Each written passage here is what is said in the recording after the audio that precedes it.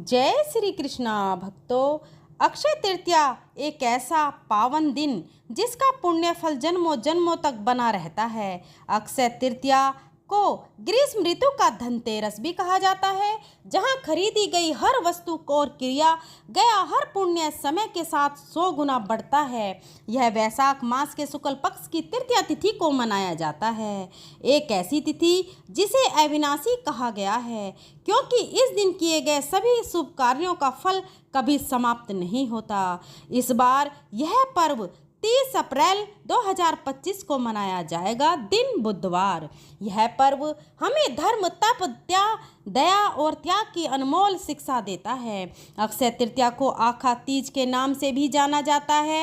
यह दिन विशेष होता है क्योंकि सूर्य और चंद्रमा दोनों उच्च स्थिति में होते हैं और इसलिए अक्षय तृतीया को बिना पंचांग देखे कोई भी शुभ कार्य करने का अबूझ मुहूर्त माना गया है। कहते हैं इस दिन का हर शुभ संकल्प, हर तप, हर दान चिरकाल तक फलित होता है। दोस्तों, इस वर्ष अक्षय तृतीया 30 अप्रैल 2025 को पड़ रही है। पंचांग के अनुसार वैशाख शुक्ल पक्ष की तृतीया तिथि 29 अप्रैल को सायं 5:31 से प्रारंभ होगी और 30 अप्रैल को दोपहर 2:12 तक रहेगी। उदय तिथि के अनुसार पर्व का मुख्य दिन 30 अप्रैल रहेगा।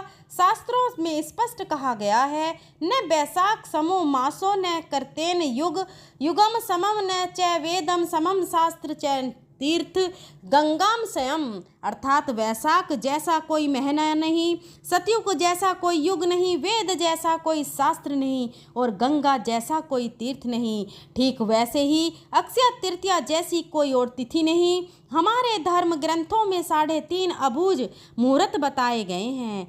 चैत्र शुक्ल प्रतिपदा, गुड़ी पड़वा, विजयादशमी, अक्षय तृतीया और कार्तिक शुक्ल प्रतिपदा का आधा भाग। इन पवित्र मुहूर्तों पर कोई भी शुभ कार्य, विवाह, गृह प्रवेश, व्यापार आरंभ या संस्कार बिना किसी गणना के किया जा सकते हैं।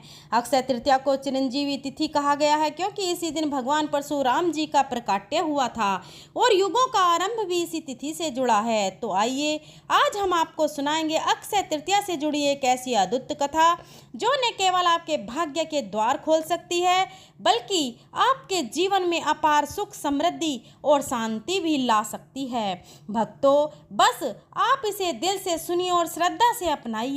सभी से अनुरोध है कि इन कथाओं को अंत तक अवश्य सुनिए, क्योंकि इससे आपको सोने से भी अधिक मूल्यवान जानकारी दी जा रही है। साल में एक बार आने वाली इस विशेष तिथि पर हर कोई खरीदारी करता है, चाहे वह साधारण हो या धनवान।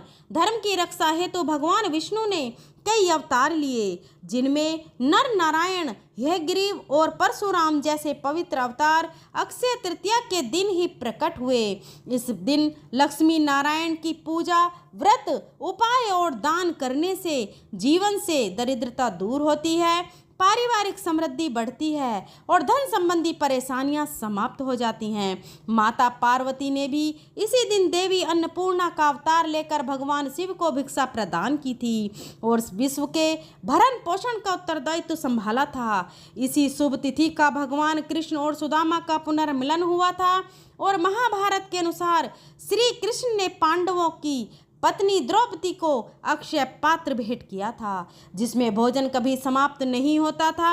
अक्षय तृतीया का यह शुभ दिन वह अवसर भी है जब महर्षि वेद व्यास ने महाभारत ग्रंथ की रचना प्रारंभ की थी, जिसमें श्रीमद् भागवत गीता का भी समावेश हुआ। इस दिन गीता के 18वें अध्याय का पाठ करने से अक्षय पुण्य प्राप्त होता है। ऐसा भी माना जाता है कि इसी दिन महाभारत का युद्ध समाप्त हुआ और द्वापर युग का भी समापन हुआ।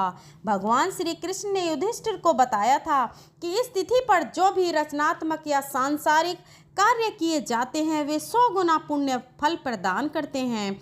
चाहे नया घर बनाना हो, नया व्यवसाय शुरू करना हो या कोई शुभ कार्य आरंभ करना हो, इसकी शुरुआत इस दिन करने से सफलता और कीर्ति प्राप्त होती है। इस दिन बिना पंचांग देखे विवाह, गृह प्रवेश, भूमि या वाहन खरीद, नए वस्त्र या आभूषण धारण करना, नई संस्था की स्थापना या उद्घाटन करना अत्यंत शुभ माना जाता है। अक्षय तृतीया के दिन किए गए कार्यों में स्थायित्व और बरकत बनी रहती है। इस दिन भरपूर खरीदारी के साथ दान भी अवश्य करना चाहिए ताकि पुण्य का संचय हो सके। पितरों के निमित्त भोजन का दान करना, आश्रमों में अन्न या भोजन का दान करना तथा गरीबों को भोजन कराना अत्यंत पुण्यकारी माना गया है।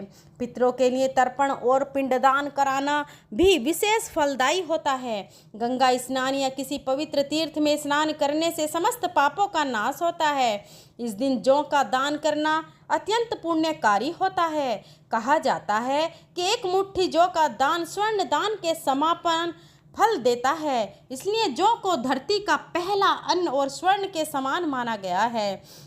इसके अतिरिक्त पंखा, छाता, चप्पल, जल, सत्तू, वस्त्र, फल अथवा अन्य सामग्री का दान भी विशेष पुण्य प्रदान करता है। भूमि दान का अपना अलग महत्व है, किंतु यदि संभव न हो तो कम से कम एक मुट्ठी चावल अवश्य दान करें।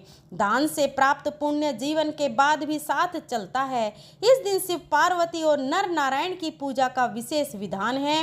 अक्षय तृतीया के दिन बद्रीनाथ धाम के कपाट खुलते हैं और वृंदावन में बाके बिहारी जी के मंदिर में केवल इसी दिन उनके चरणों के दर्शन होते हैं, जो वर्ष भर वस्त्रों से ढके रहते हैं। यह अद्वितीय तिथि अपने भीतर अनंत महत्व समेटे हुए है।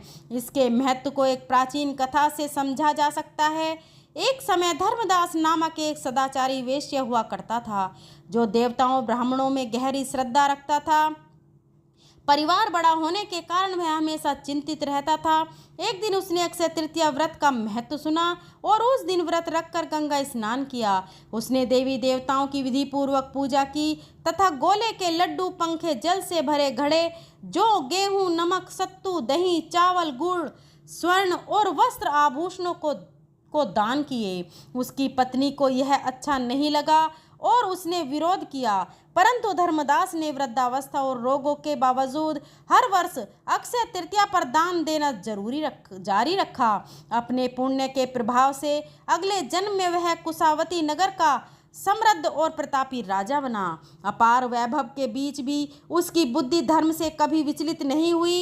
इसलिए कहा जाता है कि अक्षय तृतीया पर दान करने से पुण्य संचित होता है और अगला जन्म सुखमय होता है। इस दिन पितरों और स्वयं द्वारा अनजाने में किए गए पापों के लिए भगवान से सच्चे मन से क्षमा मांगनी चाहिए। ईश्वर इस दिन सभी अपराधों को क्षमा कर सद्गुण प्रदान करते हैं। अपनी बुराइयों को प्रभु के चरणों में अर्पित कर सद्गुणों की याचना करना इस दिन का विशेष संकल्प है। इस दिन दीपावली और धनतेरस की भांति खूब खरीदारी करें। प्रेम से बोलिए जय श्री कृष्णा। दोस्तों, अब हम सुनेंगे अक्षय तृतीया की पौराणिक व्रत कथा। बहुत समय पहले की बात है। एक बार धर्मराज युधिष्ठिर ने श्री कृष्ण से पूछा, हे माधव, ऐसा कौन सा व्रत या दिन है जिस पर किए गए दान और तप का फल अनंत होता है? भगवान श्री कृष्ण ने कहा, हे धर्मराज, वैशाख शुक्ल तृतीया को अक्षय तृतीया कहते हैं। इस दिन जो भी मनुष्य व्रत करता है, पवित्र स्नान करता है, ब्राह्मणों का दान करता है, उसके पुण्य का फल कई क्षय नष्ट नहीं होता।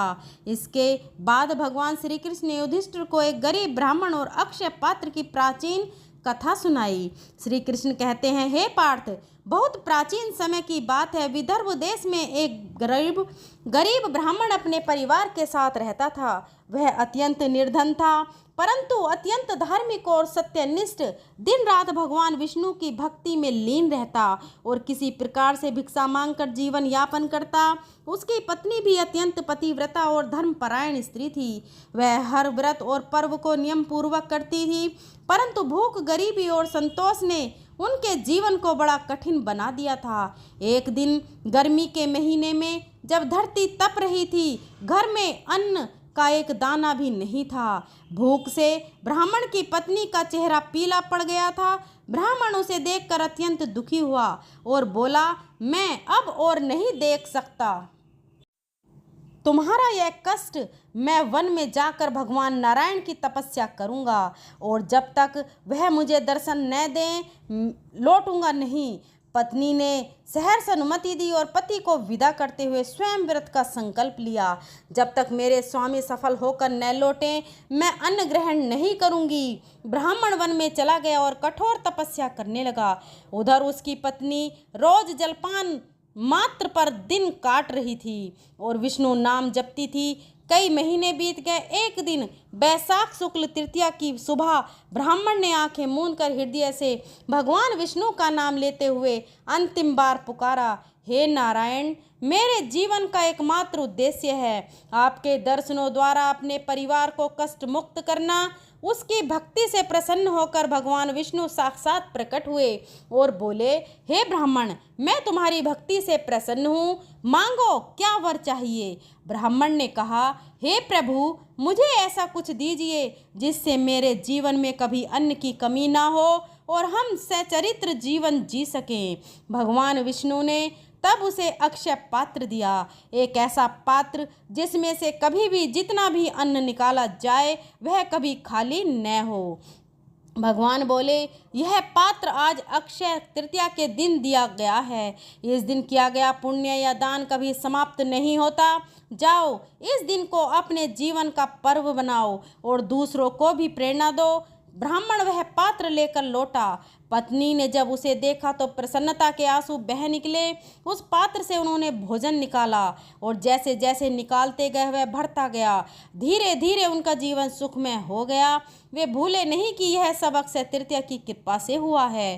तभी से हर साल उन्होंने इस दिन को व्रत, दान और पूजन का दिन बनाया। इस दिन सच्चे मन से किया गया दान, व्रत या सेवा कभी व्यर्थ नहीं जाती। भक्ति से, धैर्य और श्रद्धा से बड़ा दुख भी मिट सकता है। अक्षय तृतीया का पुण्य कालातीत होता है। इसका फल जन्मों जन्मों तक बना रहता है। यह पर्व हमें धर्म, तप, दया और त्याग की महत्ता सिखाता है। दोस्तों, अब हम सुनेंगे अक्षय पात्र और पांडवों की चमत्कारी कथा। महाभारत की पौराणिक कथा। जब श्री कृष्ण ने पांडवों के वनवास के समय उन्हें दिया एक दिव्य वरदान। यह बात तब की है जब पांडवों को धृतराष्ट्र और दुर्योधन के षड्यंत्र से जुए में हार का सामना करना पड़ा था। पांडवों को अपने राज्य और धन दौलत को छोड़कर 13 वर्षों का वनवास स्वीकार करना पड़ा। यह समय उनके लिए बहुत ही कष्टकारी था, क्योंकि न केवल उन्होंने अपनी राजशाही खो दी थी, बल्कि वनवास के दौरान वे भूख, प्यास, कष्ट और निरंतर संघर्षों से भी जूझ रहे थे। पांडवों के साथ माता कुंती और पत्नी द्रौपदी भी थी, जिनका दिल बेहद दयालु और नर्म था। उन्होंने हमेशा अपने परिवार के लिए धर्म और भक्ति के मार्ग पर चलने का संकल्प लिया था। परंतु वनवास के दौरान दिन ब दिन बढ़ते कष्टों को देखकर द्रौपदी अत्यंत चिंतित रहती थी। वह भगवान श्री कृष्ण की ध्यान में लीन हुई थी और प्रार्थना करती, हे कृष्ण, हमारे पास न रसोई है न कोई संसाधन। हम सच्चे दिल से ब्राह्मणों, साधुओं और अतिथियों की सेवा करना चाहते हैं, लेकिन हमें कभी पर्याप्त भोजन नहीं मिलता। कैसे संतुष्ट करेंगे हम उन सभी को? भगवान श्री कृष्ण का आना और अक्षय पात्र का वरदान। श्री कृष्ण के दिल में द्रौपदी की चिंता का समाधान था। वह तुरंत पांडवों के वनवास स्थल पर पहुँचे। भगवान की दिव्य उपस्थिति ने पांडवों के दिलों को शांति दी। द्रौपदी ने भगवान श्री कृष्ण से कहा, हे कृष्ण, हमारी स्थिति इतनी दयनीय हो गई है कि अब हम कुछ भी ठीक से नहीं कर पा रहे। हमारे पास कोई भी साधन नहीं है। हम किस तरह से अतिथियों का सम्मान दें? भगवान श्री कृष्ण मुस्कुराए और बोले, हे द्रौपदी, तुम्हारी भक्ति के आगे सभी साधन छोटे हैं। तुम मेरे ऊपर पूरी श्रद्धा रखती हो, इसलिए तुम्हारे लिए कोई भी काम असंभव नहीं है। तुम्हारी सेवा तुम्हारा धर्म और तुम्हारी भक्ति से मैं प्रसन्न हूँ। फिर भगवान श्री कृष्ण ने अपने दिव्य अक्षय पात्र को द्रौपदी के पास भेज दिया और कहा, यह पात्र तुम्हारे पास है। जब तक तुम स्वयं भोजन नहीं करोगी तब तक यह पात्र कभी खाली नहीं होगा।